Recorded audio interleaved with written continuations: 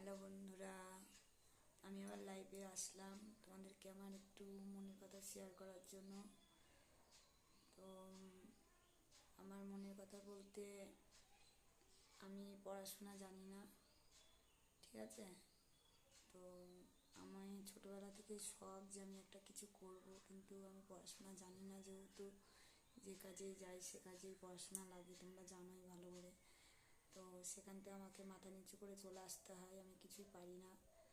আমার বাড়িতে অনেক সমস্যা ছিল ছোটোবেলা থেকে, ওর জন্য আমি পড়াশোনা করতে পারিনি।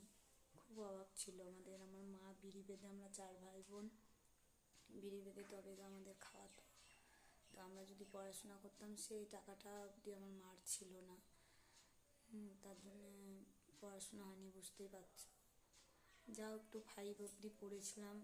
চর্চা না থাকাকালীন, প্রাইভেট ছিল না, কেউ দেখানো ছিল না, আমার বাবা দেখাতে পারতো না। আমার বাবা হিন্দি পড়াশোনা জানতো, কারণ আমরা বিহারি ছিলাম, আমাদের পাটনাতে বাড়ি ছিল। ওই কারণে আমার বাবা পড়াশোনা দেখাতে পারতো না, টিউশনি ছিল না। তো কী করে পড়াশোনা করব? আমরা মাকে হেল্প করতাম, তবে মা বিড়ি বানতো, বিড়ি বেঁধে আমাদেরকে খাওয়ার জোগাড় করতো। ওর কারণে আমাদের পড়াশোনা হয়নি। তো আমার মেয়ের খুব দুঃখ যে, মা তুমি কেন পড়াশোনা করোনি? ওর বান্ধবীরা সব জিজ্ঞাসা করে, তোর মা পড়াশোনা পারে না, এরকম বলে। ওর জন্য আমার মেয়ে এসে আমাকে বলে। তো আমি ওইটুকু বাচ্চার মেয়েকে কী করে শেখাবো বলো, যে কী কারণে আমার পড়াশোনাটা হয়নি? তো কিচ্ছু করতে পারি না। আমি যেটাই করব সেটাতে মানে মূর্খতার জন্য আমি পিছিয়ে যাই। তো তোমার দাদাভাইকে বললাম যে আমি কি একটা আইডি খুলবো, তো তুমি কি বলো? তো বললো যদি পারো তাহলে খোলো। তো আমি তো মানে কি বলবো, কিছুই জানি না। যেটুক জানি সেটুকুতেই মানে আমার মেয়ে শিখিয়ে দেয়, আমার মেয়ে কমেন্ট করে শোনায়, তোমার দাদাভাই পড়ে দেয়।